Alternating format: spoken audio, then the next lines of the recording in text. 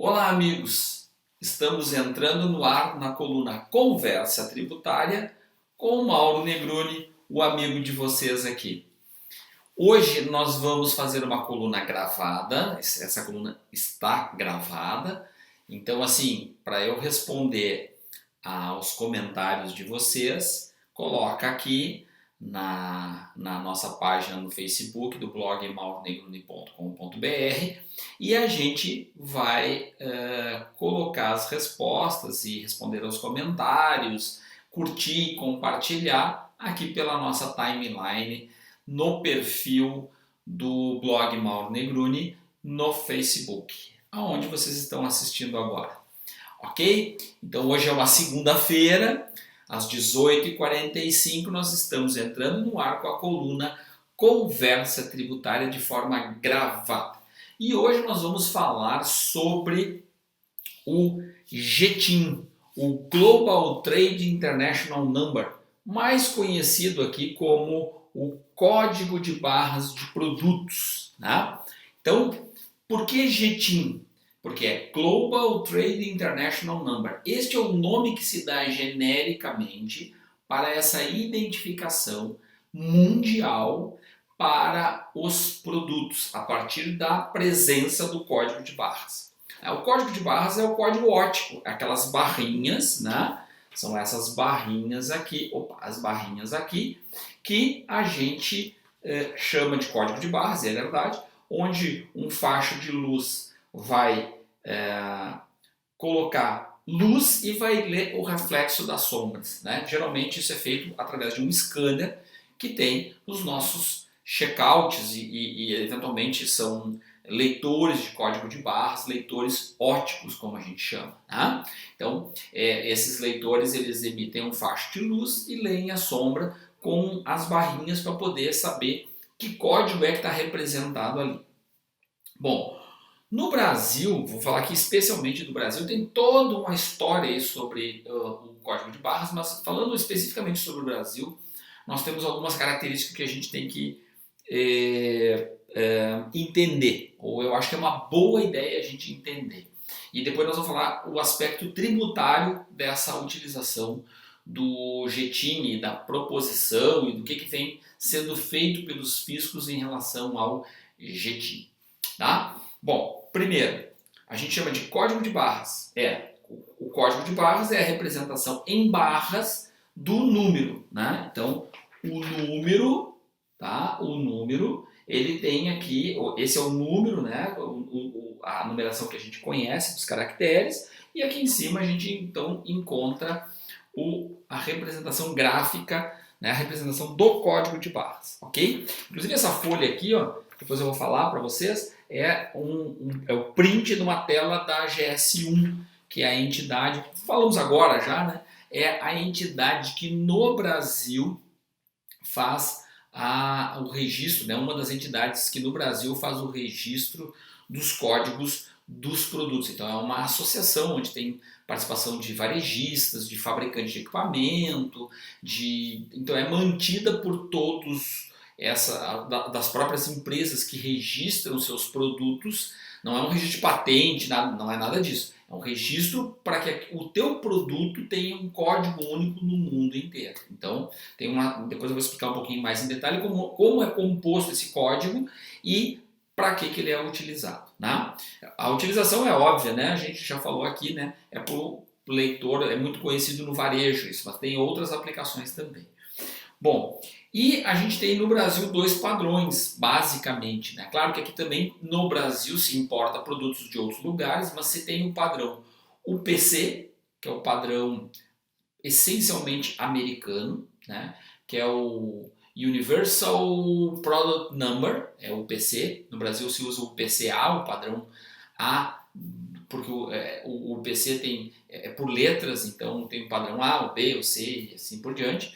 E também temos o EAN, que é muito mais conhecido na Europa e se difundiu mais pelo mundo. Então o padrão UPC é o padrão basicamente da América do Norte, né?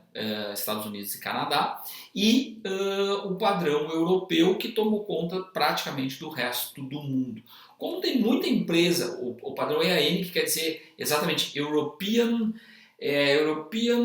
Article Number, né? Então, o European Article Number é um padrão europeu que se difundiu pelo mundo. Muita gente quer fazer negócio com os Estados Unidos, então usa o padrão UPC, e muita gente quer fazer negócio com a China, acaba usando o UPC, mas o EAN também está presente. Então, eventualmente a gente enxerga, inclusive encontra, né, produtos industrializados essencialmente chineses, mas não necessariamente chineses, que tem os dois códigos. Tem o PC, utilizado no Oriente, e com o padrão de Oriente, e também o EAN com o padrão europeu. Às vezes, por uma questão de mercado, se faz o registro do produto com codificação nos dois sistemas. Por quê? Porque tem equipamentos. É raro, no Brasil é muito raro de acontecer, né?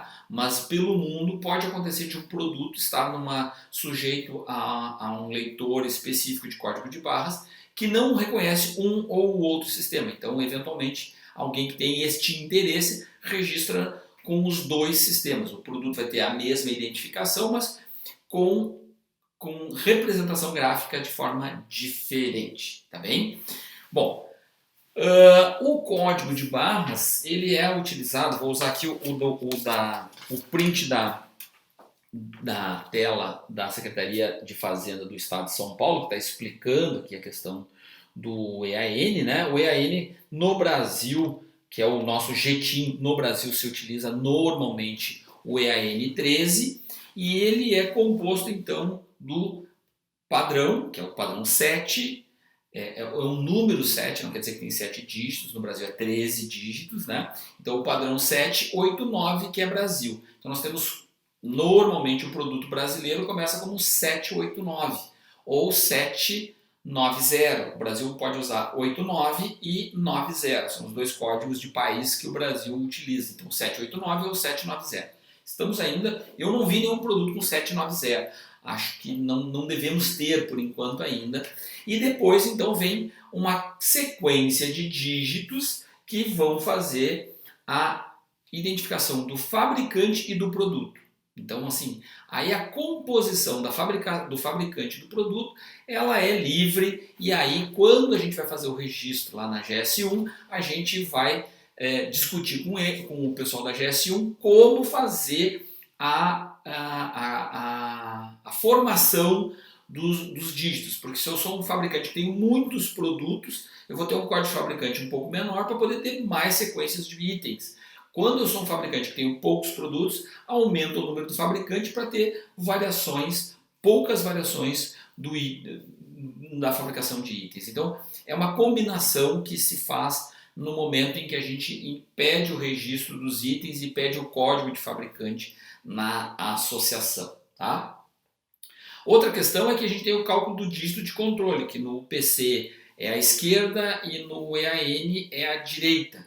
E às vezes tem a direita e a esquerda. Então, uma coisa que é bastante importante, né? Porque quando o leitor de código de barras sabe que dá certo, é quando ele lê pela sombra do código de barras, ele vai fazer a interpretação, vai converter aquelas sombras em números, vai fazer um cálculo de dígito para verificar se o cálculo do dígito fecha. Ou seja, como a gente faz quando a gente digita algum código de produto, ou quando a gente digita um CPF, quando a gente digita algum outro tipo de numeração, e que há um cálculo de dígito para verificar se aquela fórmula aplicada dá o resultado adequado, para garantir que a leitura está lendo corretamente os códigos, tá bem? Então, o PC, o EAN no Brasil, ele pode ter códigos de tamanho 8, 12, 13, que é o comum, que é o que mais utilizamos, e o 14, tá? Então são esses os códigos que a gente pode ter.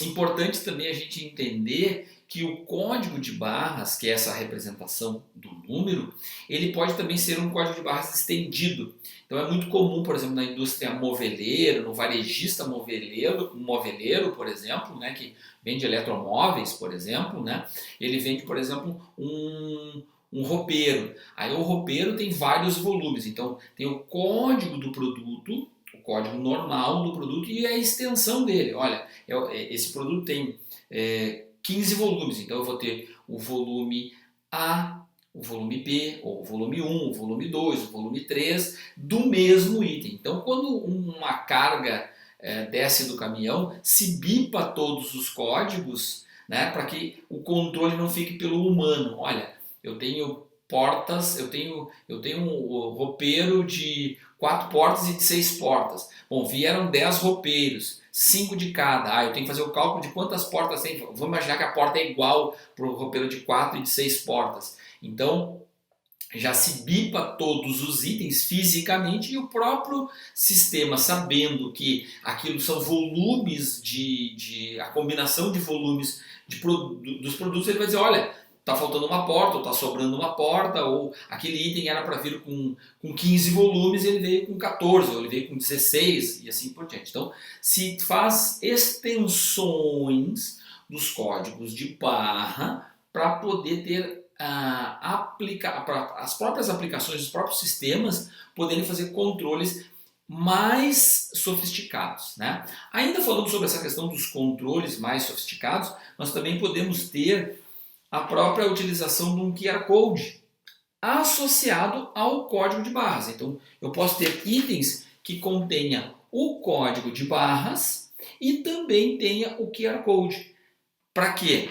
Bom, eu posso ter itens como, por exemplo, medicamentos. Os medicamentos, eu posso ter itens que tenha tanto o QR Code quanto o código de barras. Para quê? Para que esses itens possam conter no código GTIN, estou falando que EAN, né, mas o GTIN, que é o que é previsto, né, que é o código o nome genérico de qualquer um dos padrões, né, mas então eu vou ter o GTIN, que é a identificação do produto, e vou ter no QR Code mais informações, que é eventualmente que produto é aquele. Então ele tem um número de série no produto, pode acontecer, né, o chassi do automóvel, por exemplo, né, o chassi até cabe numa tag, numa etiqueta que tem o código, que tem todo o chassi. Mas poderia ter, por exemplo, um QR Code com o número do chassi, o número do motor, enfim, outras informações. Mas por que se usa o QR Code, então? O que tem no QR Code que não tem nos outros?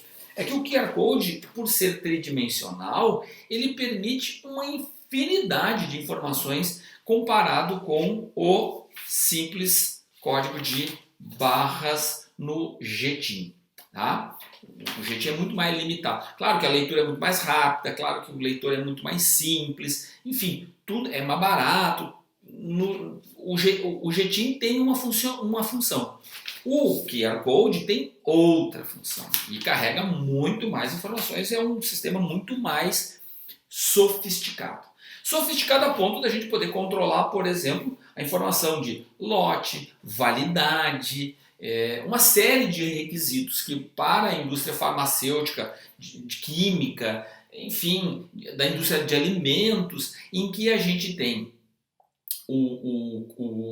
a utilização de um QR Code para que no hospital, por exemplo, eu possa ler e saber qual é a data de validade daquele produto e que saiu de um distribuidor e que foi parar no hospital e que lá no hospital ele pode ficar por X tempo e ele pode estar passando da validade, por hipótese. Ou ainda, lá na indústria, no laboratório, quando foi produzido o medicamento e foi estocado por um determinado ponto, por um determinado período, eu sempre pegar o mais antigo para fazer os produtos girarem. Então, eu vou mandar o mais antigo, de forma que ele tenha, sei lá, X tempo de validade ainda, e que vai passar para o distribuidor vai colocar na farmácia em tempo hábil, porque se eu começar a pegar os mais novos, né, enfim, aquele esquema de fazer o FIFO, no caso, para poder fazer girar o estoque, porque eu tenho lotes. Assim também outras funcionalidades, como se a Anvisa, a Agência Nacional da Vigilância Sanitária, mandar recolher, sei lá, um determinado produto de um determinado lote. Então, assim, é muito mais fácil a gente escanear os QR Codes dos medicamentos que estão sob suspeita ou já tem uma determinação, enfim, para saber qual é o impacto disso e já recolher quais são os produtos. E aí não depender do olho humano de olhar se é do lote 15, se é do lote 17, 18, 14, 52 e assim por diante, com data de validade disso, daquilo outro. Então, bota o scanner no QR Code, já tem todo esse tipo de informação. Tá? Então, essas são derivações da utilização do código de barras. Bom, agora na aplicação tributária, onde é que a gente chega? Bom, aí é o seguinte, desde há muito tempo, desde o ajuste do convênio ICMS 143, se eu não estou enganado, que a escrituração fiscal do ICMS já pede lá no registro 0200, onde está o cadastro de itens, onde eu declaro os itens da escrituração, no campo 4 tem lá assim, COD sublinhado, underscore, barra, código barra. Esse código barra é esta numeração que é a representação do código de barras dos itens. Então, eu tenho o código do item e tenho o código de barra do item. Então, um item só pode estar relacionado com um código de barra na escrituração. Se eu tenho outros controles dentro da minha empresa, ok, mas um item só pode ter um código de barras. E esse código de barras fica amarrado àquele item. Então, assim, a gente pode fazer várias proposições de pensamento aqui, tá? Para nós e para os próprios fiscos, mas é melhor a gente também pensar o que o fisco pode fazer. Ele pode pegar, por exemplo, no caso de um varejista, e olhar quanto que eu comprei, porque eu tenho o código de barras dos itens que eu comprei, está lá no XML da nota fiscal, e verificar todas as vendas que eu fiz daquele item. Porque imagina o seguinte, se o fornecedor me vendeu com código de barras, eu que sou um varejista e não posso fazer transformação de itens, eu vou vender aquele mesmo item. Concordamos? Então, eu recebi um lote de uma bebida X. Eu vou vender essa bebida. Bom, eu recebi em fardos de 50, de 200, não importa. Eu recebi 2.000 latas de uma determinada bebida. Se eu recebi 2.000 latas de uma determinada bebida e tinha 0, né? Claro que eu tenho a posição do inventário, eu tenho o bloco H, eu posso fazer muito mais sofisticado isso. Mas se eu recebi, vamos pegar o caso mais clássico para a gente entender. Eu recebi na nota fiscal. O item consta na nota fiscal de entrada naquele estabelecimento com o jetim dele, com o código de barras dele, dizendo que entrou 2.000 latas, quantas 1.000 latas eu posso vender? E se eu não vendi tudo, quantas vão restar no estoque? Quando que eu vou saber isso? Na próxima posição de inventário. Então, o fisco vai chegar num ponto onde ele vai bater a minha posição de inventário, de varejista, através dos documentos fiscais. Uma vez que eu não posso vender aquilo que eu não tenho. Né? Varejista vende o que compra. Esse é o conceito do varejista. Na indústria, eu compro os insumos, produzo bens que eu vou vender para outros industrializadores ou para outros varejistas. Quando eu vender para o varejista, opa, esse produto certamente vai com código de barras. Porque ninguém quer receber no supermercado uma bebida que não tenha código de barras. Porque isso dá um transtorno logístico absurdo. Não quero receber lâmpada sem um código de barras. Eu não quero receber um lápis sem código de barras. Né? A caixinha do lápis, o blister, aquele negocinho que vai pendurado. Então, aquele conjuntinho de lápis, ele tem lá o seu jeitinho. Isso permite ao fisco fazer várias auditorias de estoque. Né? Mas também permite que se possa fazer uma coisa extra, uma coisa a mais. O que? É saber se aquele item está dentro da NCM na qual eu estou declarando o item também. Então, a classificação da NCM, né, daquilo que é a nomenclatura comum do Mercosul, que está baseado no sistema harmonizado internacional, onde eu tenho os capítulos, os subcapítulos, né, onde eu vou especificar quais são os itens, o que é que eu estou vendendo, o que é que eu estou transacionando, vendendo, comprando, enfim, que eu estou transacionando. Esses itens, eles irão, deu um probleminha aqui, né? Esses itens, eles irão para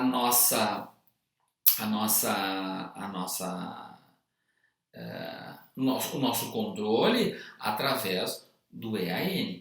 Então, todas essas transações, elas podem ser monitoradas por item, e esse item estar dentro da NCM. Então, vamos imaginar o seguinte: eu estou vendendo leite lá no checkout. Bom, eu estou vendendo leite in natura, eu consigo vender, imagina um supermercado vendendo leite a granel. Eu vendo leite a granel, até por uma questão de higiene e tudo mais, eu acredito que ninguém mais no país venda leite de forma a granel, ou seja, eu vou precisar ter uma embalagem para garantir que aquele leite está lacrado, enfim, né? Pode ser uma garrafa de vidro, reaproveitável, né? O vidro é 100% reciclável, né? Eu sou muito favorável ao vidro, faço propaganda do vidro, porque o vidro ele é 100% reciclável, ou seja, se eu pegar uma garrafa velha, eu consigo a partir dele, aplicando energia, fazer uma garrafa totalmente nova, não preciso de 1 grama de sílica, de areia, para poder fazer uma garrafa nova. Então, né, é 100% reciclável o vidro. Então, pode ser uma garrafa de vidro, pode ser uma garrafa plástica, pode ser, enfim, pode ser a embalagem que for. Mas essa embalagem saiu de uma usina, ela saiu de uma cooperativa, ela saiu de algum lugar onde a gente tem um código de barras a ser aplicado porque um fabricante colocou aquele produto industrializado na cadeia de varejo para ser vendido. Então esse código de barras é o código de barras aplicado pelo fabricante ao produto. Né? Claro que a gente sabe que tem produtos que não tem, né? Por exemplo, uma alface. A alface não nasce com código de barras. Né? Tá lá no capítulo, agora não me lembro mais, mas está lá no capítulo 4, no capítulo 1 da NCM, onde estão lá os bens do reino animal, do reino vegetal, do reino mineral, né? Então são aqueles bens que não são produzidos na indústria. Lá no capítulo 4 da NCM tem o do reino animal, e do reino animal tem seus derivados. Então lá, por exemplo, tem leite. O leite está no capítulo 4. Aí se a gente pegar o leite, tem lá o leite in natura, que a indústria transfere uma para outra, né? Ou seja, o produtor rural, quando for vender para o varejista, para a usina de leite, para o industrializador, ele, na contranota do produtor rural, o industrializador não vai botar código de barras, porque ele está recebendo leite num tonel, num tambo, como a gente chama no sul, né? E este leite ele está a granel, ele não tem código de barras. Já quando sai da indústria, aquele leite foi processado, foi produzido e registrado através de ordem de produção que fora declarado no bloco K e faz parte do inventário no bloco H, aquele produto foi gerado e foi vendido com as caixinhas ou com a embalagem embalagem de longa validade, ou em vidro, ou em garrafa PET, enfim, mas ou em saquinho de leite, né? Saquinho próprio, higienizado, aquele leite ele saiu com a informação do código de barras, ok? Agora, o alface, Mauro, olha, o alface eu vou dizer para vocês, é mais complicado, por quê? Porque o alface não é vendido em peso, como é o caso da banana, da laranja, da maçã, onde a gente tem a reunião desses itens numa embalagem que é pesado ou que já vem da granja com um peso aproximado, né? Então vai comprar, sei lá, tomate orgânico, já vem numa bandejinha, já vem embalado, já vem com código de barras e ali tem, sei lá, 500 gramas de tomate. Às vezes tem um pouquinho mais, né? Não acredito que tenha menos, mas enfim, aquele produto ele já tem um código de barras pronto. Ah não, mas eu vou comprar tomate a granel, vou botar num saquinho, né? E esse saquinho eu vou levar no caixa e aí ele vai sair in natura sem código de barras. Mas aí o produto não contém código de barras.